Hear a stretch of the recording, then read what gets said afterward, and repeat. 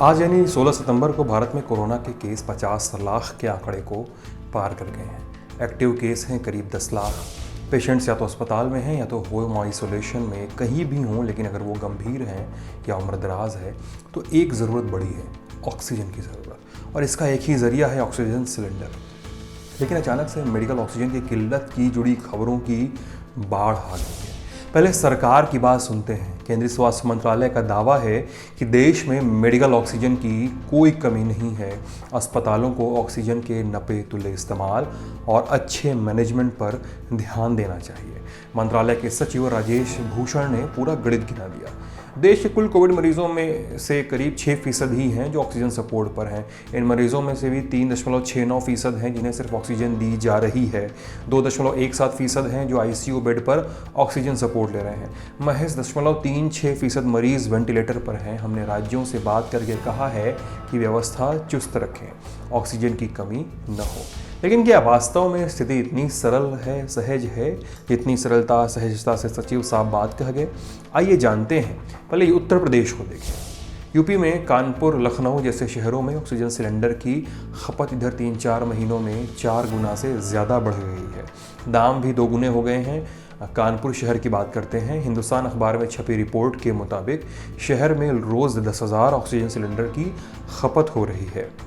पहले ये खपत 2500 सिलेंडर तक ही थी। पहले रोज़ 2 कंटेनर लिक्विड ऑक्सीजन इस्तेमाल होती थी, जो अब 4 से 5 कंटेनर तक पहुंच गई है।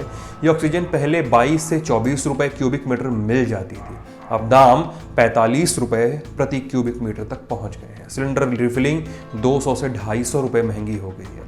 इसके बाद भी तमाम अस्पतालों से ऐसी शिकायतें आ रही हैं कि जो सिलेंडर पहले 5-5 दिन चलते थे, अब 2 दिन में ही ख़त्म हो रहे हैं। यानी सिलेंडर में कम गैस की शिकायत। कुछ प्राइवेट अस्पताल ऑक्सीजन के नाम पर जमकर चार्ज कर रहे हैं, ऐसे आरोप सामने आ रहे हैं। हिंदुस्तान अखबार में ही कानपुर के केस का जिक्र है, जहां कोविड पेशेंट से 4800 रुपए प्रतिदिन ऑक्सीजन के नाम पर लिए गए। सरकार होम आइसोलेशन को लगातार बढ़ावा दे रही है। ऑक्सीजन की खपत बढ़ने की एक वजह यह भी है क्योंकि आर्थिक रूप से सक्षम लोग अब एहतियातन घर पर ऑक्सीजन सिलेंडर स्टोर कर रहे हैं। कथित तौर पर ब्लैक मार्केटिंग के कारण भी सिलेंडर और गैस के दाम बढ़ रहे हैं। इस बात को सीएम योगी आदित्यनाथ ने भी माना और अधिकारियों को कोविड से जुड़े सभी इक्विपमेंट्स की कालाबाजारी रोकने के निर्देश दिए हैं। मध्य प्रदेश का हाल क्या है? मध्य प्रदेश से तो अभी 10 सितंबर को ही खबर आई थी कि देवास में ऑक्सीजन सप्लाई न मिलने से 4 लोगों की मौत हो गई। ऑक्सीजन की किल्लत का आलम यह है कि भोपाल, इंदौर जैसे बड़े शहर भी महाराष्ट्र से आ रही ऑक्सीजन पर निर्भर हैं।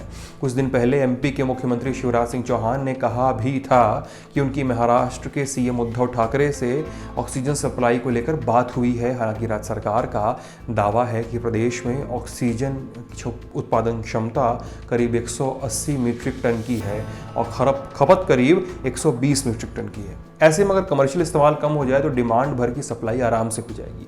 इन्हीं दिक्कतों को देखते हुए एमपी गवर्नमेंट ने 15 सितंबर को आदेश जारी किया कि कोविड की स्थिति सामान्य होने तक कमर्शियल इस्तेमाल के लिए ऑक्सीजन नहीं दिया जाएगा।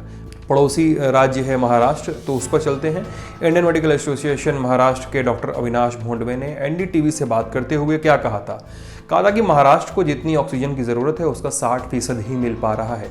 खासकर ग्रामीण इलाके बहुत दिक्कत में हैं। पुणे, सोलापुर, सातारा, उस्मानाबाद, ठाणे और कोल्हापुर जैसे इलाकों में, जैसे ज़िलों में सप्लाई बिल्कुल ही कम है। अब इंडिया टुडे की रिपोर्ट के मुताबिक महाराष्ट्र की रोज़ की ऑक्सीजन की ज़रूरत है 1200 मीट्रिक टन। प्रदेश के सारे ऑक्सीजन प्लांट्स मिलाकर रोज़ 1210 मीट्रिक टन ऑक्सीजन तैयार कर सकते हैं। आप कहेंगे कि फिर दिक्कत ही क्या है? दिक्कत तब आती है जब हम ये जानते हैं कि इसमें से 40% ऑक्सीजन इंडस्ट्रियल इस्तेमाल में चली जाती है। मेडिकल इस्तेमाल के लिए सिर्फ 60% ही बचता है। फिलहाल सरकार ने इंडस्ट्रियल इस्तेमाल के लिए दी जाने वाली ऑक्सीजन की मात्रा घटाकर 20% कर दिया है, यानी 80% ऑक्सीजन मरीजों को मिलेगा, ऐसा सरकार ने इंतज़ाम किया है। साथ ही महाराष्ट्र सरकार ने सप्लायर्स से ये भी कह दिया है कि दूसरे राज्यों को भेजे जाने वाले सिलेंडरों में कमी लाएं, लेकिन अब इससे मध्य प्रदेश जैसे राज्य जो ऑक्सीजन के लिए महाराष्ट्र पर निर्भर हैं, उनके लिए दिक्कत होगी। राजस्थान का क्या हालचाल है? 9 सितंबर की बात है। जोधपुर के महात्मा गांधी हॉस्पिटल से खबर आई कि एक ऑक्सीजन सिलेंडर 5 मिनट से भी कम समय में खाली हो गया। दरअसल यहाँ करीब 100 कोविड मरीजों को हाई प्रेशर पर ऑक्सीजन दी जा रही थी। ऐसे में खपत बढ़ना लाजमी है। दैनिक भास्कर की एक रिपोर्ट के मुताबिक कोटा में तो रोज ऑक्सीजन की खपत 30 लाख लीटर तक पहुंच गई है। राजस्थान में ऑक्सीजन सप्लाई की किल्लत भी है और दाम भी बढ़े हैं। दरअसल यहाँ अधिकतर ऑक्सीजन सप्लाई गुजरात से होती है, लेकिन वहाँ भी कोरोना केस तेजी से बढ़े हैं। इस वजह से पूरी निर्भरता प्रदेश में हो रहे ऑक्सीजन उत्पादन पर ही आ गई है। दाम 1.5 गुना तक बढ़ चुके हैं। दिल्ली एनसीआर में होम आइसोलेशन के पेशेंट तेजी से बढ़े हैं। अब तक राजस्थान से भी यहाँ ऑक्सीजन सप्लाई होती रही थी, लेकिन अब एक तरफ तो गुजरात से सप्लाई कम हो गई, दूसरी तरफ दिल्ली में डिमांड बढ़ गई। ऐसे में राजस्थान सरकार ने अगले आदेश तक प्लांट्स को कह दिया है कि फिलहाल दूसरे राज्यों में सप्लाई न की जाए। जो प्लांट बाहर सप्लाई करें तो वो भी तभी जब वो दिन की 50,000 लीटर ऑक्सीजन राजस्थान में भेज चुके हों। ये तो 4 प्रदेशों का हाल हो गया। इसके अलावा बिहार में हाल में ऑक्सीजन बैंक का उद्घाटन किया गया, लेकिन यहाँ की स्वास्थ्य व्यवस्था लगातार सवालों में रही है। गुजरात में भी ऑक्सीजन की किल्लत है, इसलिए उसने मध्य प्रदेश को दी जाने वाली ऑक्सीजन में कटौती कर दी है। बेंगलुरु से भी कुछ दिन पहले खबर आई थी कि एक अस्पताल में रात में ऑक्सीजन खत्म हो गई तो सारे मरीजों को आनन फानन में दूसरे अस्पताल में शिफ्ट करना पड़ा। इन तमाम केसों को जानने समझने के बाद लोग स्वास्थ्य मंत्रालय के दावों पर यकीन करने की हिम्मत नहीं जुटा पा रहे हैं। ऑक्सीजन का इंतजाम करने में राज्यों की सांस फूल रही है, मरीजों की तो फूल ही रही है। तो दावे क्या हैं, हकीकत क्या है, सब सामने है। अभिषेक ये रिपोर्ट लेकर आए थे। मैं सिद्धांत हूँ। आप अपना ख्याल रखिए और ललन टॉप को फॉलो करते रहिए। बहुत बहुत शुक्रिया।